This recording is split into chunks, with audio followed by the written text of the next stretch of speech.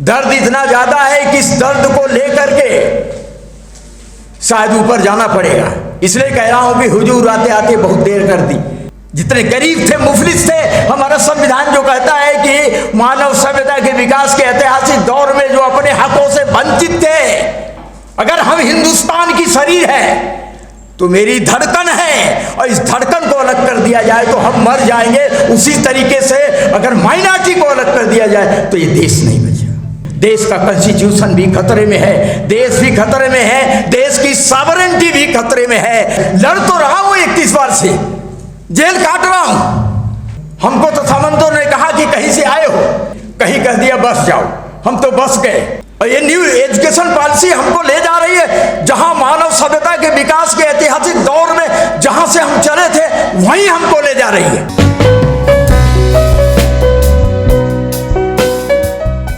हमीरपुर में एक लड़की के साथ 4 लोग रेप करते हैं। वो थाने में जाती है एफआईआर कराने। एसएचओ भी उसके साथ रेप करता है। यह है इंफॉर्मेशन टेक्नोलॉजी। नहीं पता किसी को। हमीरपुर में, कन्नौज में एक लड़की के साथ रेप होता है। उसकी मां एफआईआर करवाने जाती है। मां के साथ भी एसएचओ रेप करता है। कोई आंदोलन नहीं है। कह तो रहे हैं ये वोट का अधिकार है। अरे वोट का अधिकार है, रामपुर तो आपने बता दिया। एक आंदोलन की आवश्यकता है और इसको हम ग्रास रूट लेवल तक ले जाए। 52% हम कहेंगे जरूर।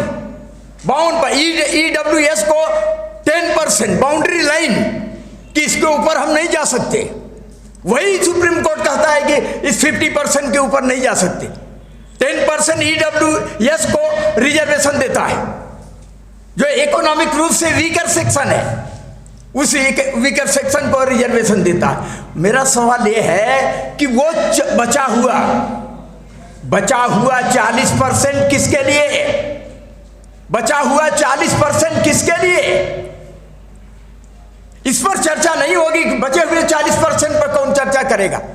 कोई आंदोलन होगा कि नहीं होगा?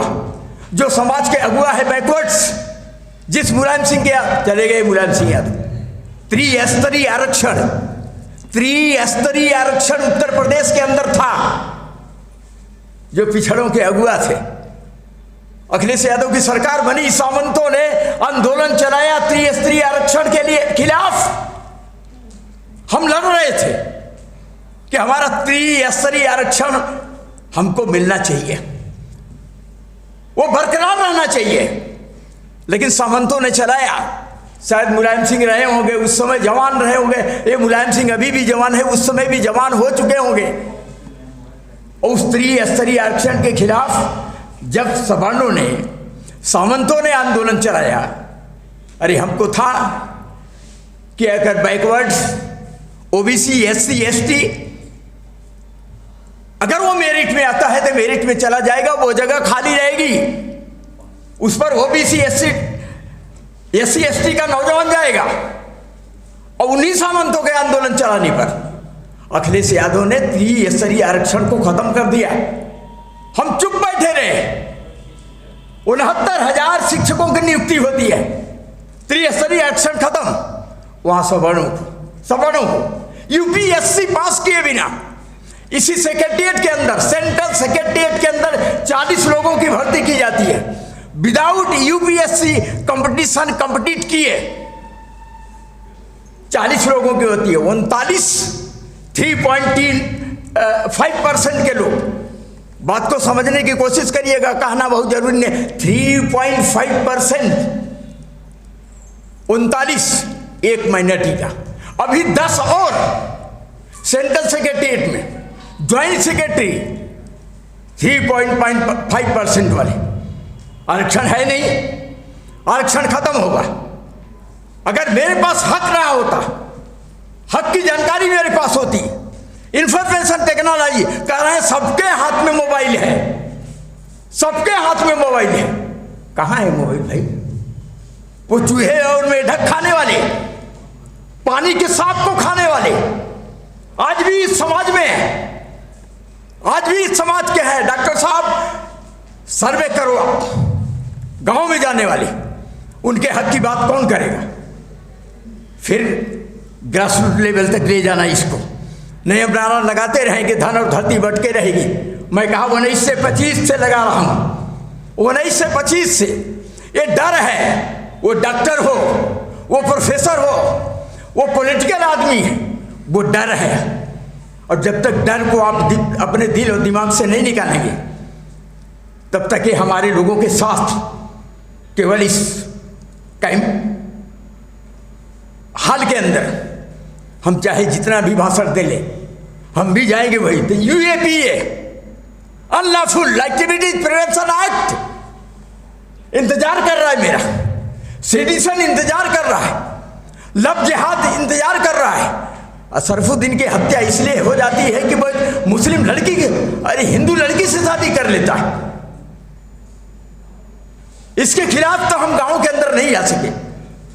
हम गांव के अंदर जाते हैं, सीधे बात नहीं कर रहे, ये अंगूठा है एक हाथ का निकाला गया है, ये हमारा दाहिना अंगूठा निकाला गया है पिलास के द्वारा, बाएं पैर का अंगूठा पिलास के द्वारा निकाला गया है इसी आंदोलन के जरिए।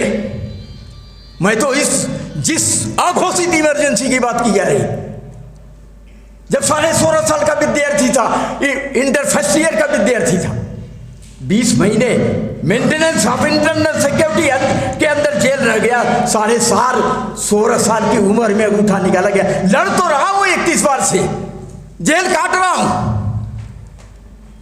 लेकिन यूएपीए इंतजार कर रहा है। सेडिशन, लव जिहाद, हम बोलेंगे, आंदोलन करेंगे, हिम्मत नहीं है हमारे पास आंदोलन करने की, और हम बात करेंगे बहुत ऊंची ऊंची।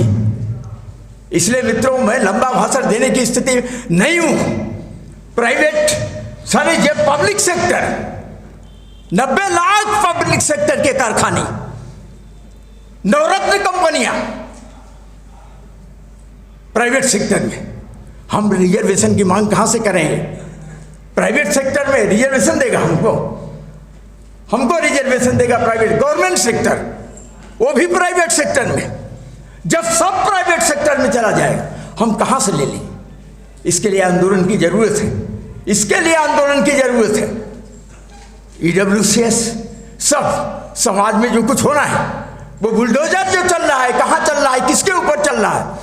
आप समझते हैं केवल मुख्तार अंसारी, आप समझते हैं केवल अतीक अहमद, आप समझते हैं केवल आजम खान, मैक्सिमम बुलडोजर जो लोग आज सत्ता में या अपोजिशन के अंदर है, 1.5 से पार्लियामेंट के मेंबर उधर पड़े हैं, पार्लियामेंट में एमएलएस, वो बैकवर्ड और दलित के पड़े हुए, बुलडोजर चल रहा है। कहां बसे हम भाई? हमको तो सामंतों ने कहा कि कहीं से आए हो, उनको स्लेवर की जरूरत थी, दास की जरूरत थी, तब था समय भूमि गोपाल की, उन्हीं की जमीन है, यहां से खींचो लखनऊ से तो दिल्ली तक उन्हीं की जमीन है। कहीं कह दिया बस जाओ, हम तो बस गए, हमके पास इतनी जानकारी नहीं थी, हम इसको आबादी घोषित करा लें, अपना घर दर्ज करा लें, हम तो ये भी नहीं कर पाए, हम तो ये भी नहीं कर पाए हैं। मैं तो उन क्षेत्रों में जाके देखा हूं जहां आज तक शिक्षा की किरण नहीं पहुंची है। अगर वो खाना ना मिले, कोई स्कूल में नहीं, new education policy 2020, new education policy, एक लाइन जोड़ा जाना चाहिए, जैसे जोड़ दिया केजी से लेके वहां तक सबको शिक्षा। और ये न्यू एजुकेशन पॉलिसी हमको ले जा रही है जहां मानव सभ्यता के विकास के ऐतिहासिक दौर में जहां से हम चले थे, वहीं हमको ले जा रही है। हम फिर वहीं पहुंचना चाहते हैं। वेयर इज हमारे डॉक्टर्स, प्रोफेसर्स, बुद्धिजीवी? मैं तो बुद्धिजीवी नहीं हूं, मैं तो डाउन टू रेंट जो जमीन के लोग हैं उन्हीं की राजनीति कर रहा हूं। आज मैं आया हूं कि यहां से कुछ निकले, हम गांव तक जाएं। वो तो मिनी केरल था ना, बनारस तो मिनी केरल था, आज मिनी केरल नहीं है। वही कम्युनिस्टों ने किया, जो और लोग कर रहे हैं, जो और कर रहे हैं। हमको तो एक बड़ा लीडर बोलता है, लेफ्ट का लीडर बोलता है कि हम तो व्यक्तिगत रूप से, यादव शब्द इस्तेमाल नहीं किया, व्यक्तिगत रूप से अहिरों के खिलाफ हूं। ये भी सुन के आया, ये भी सुन के आया। दर्द इतना ज्यादा है, दर्द इतना ज्यादा है कि इस दर्द को लेकर के शायद ऊपर जाना पड़ेगा। इसलिए कह रहा हूं कि हुजूर आते आते बहुत देर कर दी। तो इस आंदोलन को यही हाल तक नहीं, यही हाल तक नहीं, वो समाज जो हमारा शिक्षा से वंचित था, आज भी शिक्षा से वंचित करने की एक सुनियोजित साजिश है कि हम पढ़ लिख न सके। हम भी एक प्राइवेट इंटर कॉलेज के मैनेजर निकाल बाहर किया। जिस दिन मैनेजर हुआ उसी दिन उन सामंतों को, जितने गरीब थे, मुफलिस थे, हमारा संविधान जो कहता है कि मानव सभ्यता के विकास के ऐतिहासिक दौर में जो अपने हकों से वंचित थे उनको आरक्षण चाहिए। तो फिर EWS का क्या मतलब है? तो बाउंड्री लाइन तोड़ी, तो बाउंड्री लाइन तोड़ ले जाओ हमको, लेकिन उस 40% का जवाब देना पड़ेगा। 40% कहाँ से? ये तमाम सवाल है मित्रों। इन सवालों को लेकर के इसमें एक लाइन और मैं जोड़वाना चाहता हूं कि जब अशरफुद्दीन की हत्या हो जाती, हम लड़ते हैं, आंदोलन खड़ा किया, आंदोलन खड़ा भी होता है। SC ST OBC बीच में ये वो जो पहले से पढ़े लिखे ताकते हैं, जो बुद्धिजीवी ताकते हैं, एक को ले आके खड़ा करती थी माइनॉरिटी को, सीधे माइनॉरिटी को बीच में। नफरत, सांप्रदायिक राजनीति, फांसीवादी राजनीति, उनको ले आके खड़ा कर देते। वही आंदोलन हमारा फेल हो जाता है। इसलिए उनको शामिल करने की आवश्यकता है। जिनको कहते हैं देश छोड़ो, हमको वोट नहीं दे सकते, हमारी बात नहीं कर सकते, तो बगल के देश में चले जाओ, यहां रहने का हक नहीं है। वो माइनॉरिटी, जिस अशरफुद्दीन की बात किया मैंने, मुनीर की भी हत्या हो जाती है। मॉब लिंचिंग में केवल माइनॉरिटी का लोग नहीं, मॉब लिंचिंग में बैकवर्ड्स भी है, वो दलित भी है, वो भी मॉब लिंचिंग का शिकार है। और मॉब लिंचिंग करने वाले कौन है जानते? तो आज इसमें जान रहे हैं आप, किसको पहले से आप जानते हैं, वहां से आप जान रहे हैं। जानने के बाद आज हम पहली बार ये एक इस हाल के अंदर विचार विमर्श कर रहे हैं। इसलिए मैंने कहा कि थियरी विदाउट प्रैक्टिकल इज लेम और practical without theory is blind. तो आओ,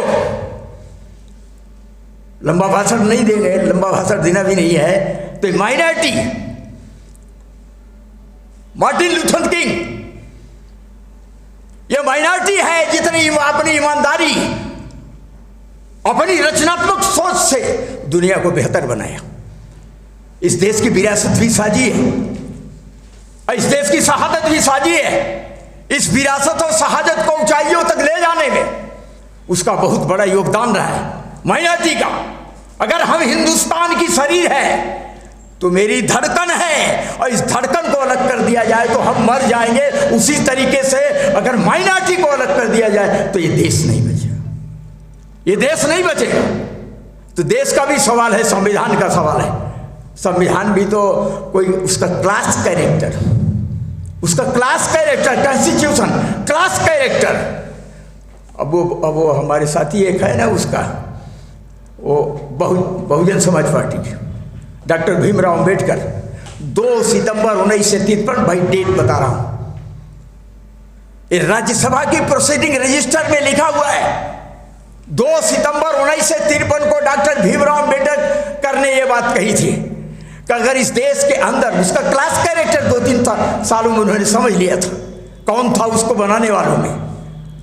दलित का बेटा था, गरीब का बेटा था, किसान का बेटा था, मजदूर का बेटा था, दस्तकार का बेटा था। कौन था? उन्होंने 2 सितंबर 1953 को कहा था कि इस देश के अंदर कभी संविधान की जलाने की बात हुई तो पहला व्यक्ति मैं होऊंगा जो संविधान को जला दूंगा। इसलिए मित्रों, आपसे अपील है कि डॉक्टर पेरियार को हम लगातार उदाहरण दे रहे हैं। मुलायम सिंह आए हैं, एक मुलायम सिंह चले गए, दूसरे मुलायम सिंह को हम लोगों ने पैदा कर लिया है। यही के नेतृत्व में आगे बढ़ें, कुछ करें। हम तो वहां पहुंच चुके हैं, 62 साल पूरा कर लिया है। अब उतनी ताकत नहीं आंदोलन की, लेकिन शायद हो सकता है कि नौजवानों को मैं पीछे छोड़ दूं तो इसको एक आंदोलन का रूप, जिसको आंदोलन ना, वोट का अधिकार नहीं, वो आंदोलन का अधिकार होना चाहिए। वो आंदोलन इसके लिए, अपने हक के लिए। अगर मेरे पास अपना खुद का हक होता तो हम FIR कर सकते थे। खुद का हक होता तो जो दलितों, पिछड़ों, माइनॉरिटी के मकान पर जो बुलडोजर चल रहा है, वो बुलडोजर को हम रोक सकते थे। सबसे ज्यादा अगर मकान उत्तर प्रदेश में किसी का गिरा है तो बैकवर्ड्स अपोजिशन में बैकवर्ड्सों की पार्टी है। और बोला कि कैसे उन्होंने त्रिस्तरीय आरक्षण को खत्म किया। त्रिस्तरीय आरक्षण को कैसे खत्म किया, वो है। और सबसे ज्यादा बैकवर्ड्स आंदोलन चलाने की हिम्मत नहीं है। इसलिए मित्रों, यहां से एक आंदोलन की रूपरेखा तय हो, हम ग्रास रूट लेवल तक जाए और इस कन्वेंशन को हम कमिश्नरी लेवल पर ले जाएं। कमिश्नरी लेवल पर करें। बुद्धिजीवी, नौजवान, विद्यार्थी, दस्तकार, खेत मजदूर, किसान, सबको जोड़े उस कन्वेंशन से, और फिर कमिश्नरी से इस कन्वेंशन को डिस्ट्रिक्ट लेवल पर ले जाए, और डिस्ट्रिक्ट लेवल से ब्लॉक लेवल पर ले जाए, ब्लॉक लेवल से गांव। अगर गांव को हमने ऑर्गेनाइज कर लिया, कलेक्ट कर लिया, अपने साथ जोड़ लिया, तो दिन दूर नहीं है जब इस देश के अंदर जो हमने एक नारा दिया है, डिब्बा नहीं इंजन बनो, डिब्बा नहीं इंजन बनो, इंजन ही खींचती है। हम अब तक सदियों से इंजन बने रहे हैं, आज भी इंजन है। तो इंजन बनने को जो वैचारिकी है, इसको छोड़ो, आगे बढ़ो।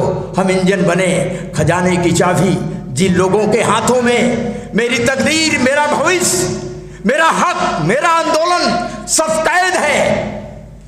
और जब तक इंजन नहीं बनेंगे तब तक छीन नहीं सकते। इसलिए इंजन बनने की आवश्यकता है। इस समाज को एक नई दिशा देनी है, नए रास्ते की तरफ ले जाना है, वरना देश की यूनिटी, इंटीग्रिटी भी खतरे में है, देश का कॉन्स्टिट्यूशन भी खतरे में है, देश भी खतरे में है, देश की सॉवरेनिटी भी खतरे में है। हम सरहद से लेके घर तक सबकी रक्षा कर रहे हैं, वो हम हैं जिसके हकदारी की बात हो रही है। तो हक लेना है तो आंदोलन करना होगा और गांव तक जाना होगा। और जिस दिन ग्रास रूट लेवल तक जा करके हमने अपने आंदोलन को सही दिशा दे दिया, उस दिन इस देश की राष्ट्रीय एकता, अखंडता भी सुरक्षित रहेगी, कॉन्स्टिट्यूशन को हम बचा लेंगे, सॉवरेनिटी भी सुरक्षित रहेगी, ये देश भी सुरक्षित रहेगा। इसी के साथ मित्रों, आपसे विदा लेता हूँ। इनकलाब जिंदाबाद।